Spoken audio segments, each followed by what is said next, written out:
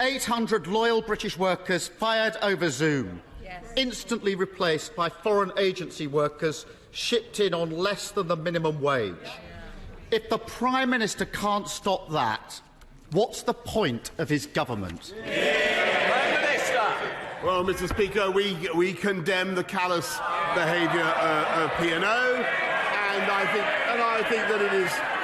think that it is no way to treat hard-working employees, and I can tell him that we will not sit by, Mr. Speaker, because under Section 194 of the Trades Union and Labour Relations Act of 1992, it looks to me, Mr. Speaker, as though the company concerned has broken the law.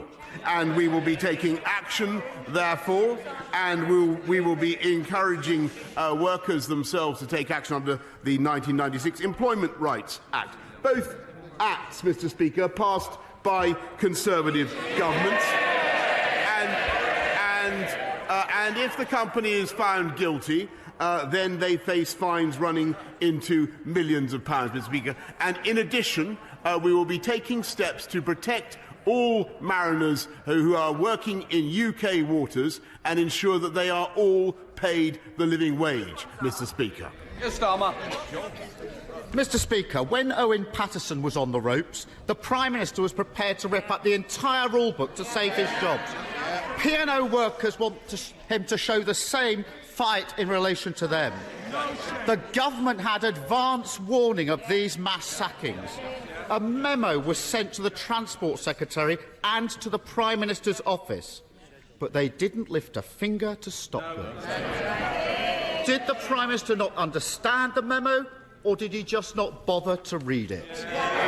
Prime Minister. I think what the right honourable gentleman needs to rip up, Mr. Speaker, is his pre-scripted questions, because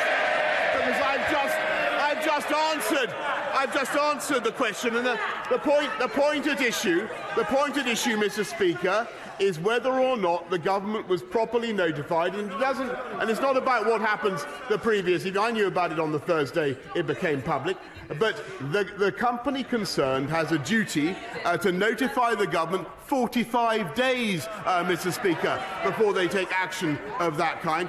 That is why we're taking the action that we are to protect hard-working people, and what we're also doing, by the way, Mr. Speaker, this month is lifting the living wage for all workers across our country by another £1,000, so it's up £5,000 since 2015. Keir Starmer. I think the Prime Minister just said he knew about it on the day. I take it from that answer the Prime Minister didn't read his WhatsApp briefing. Surely not. Let's test his rhetoric.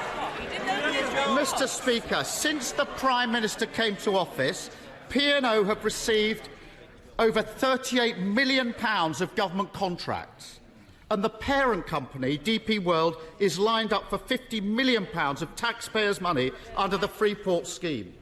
The government is apparently reviewing these contracts, but reviews don't save jobs.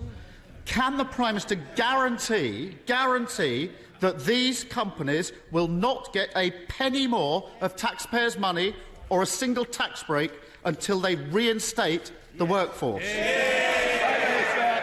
Mr. Speaker, I think what the House has already heard is that we are taking legal action against the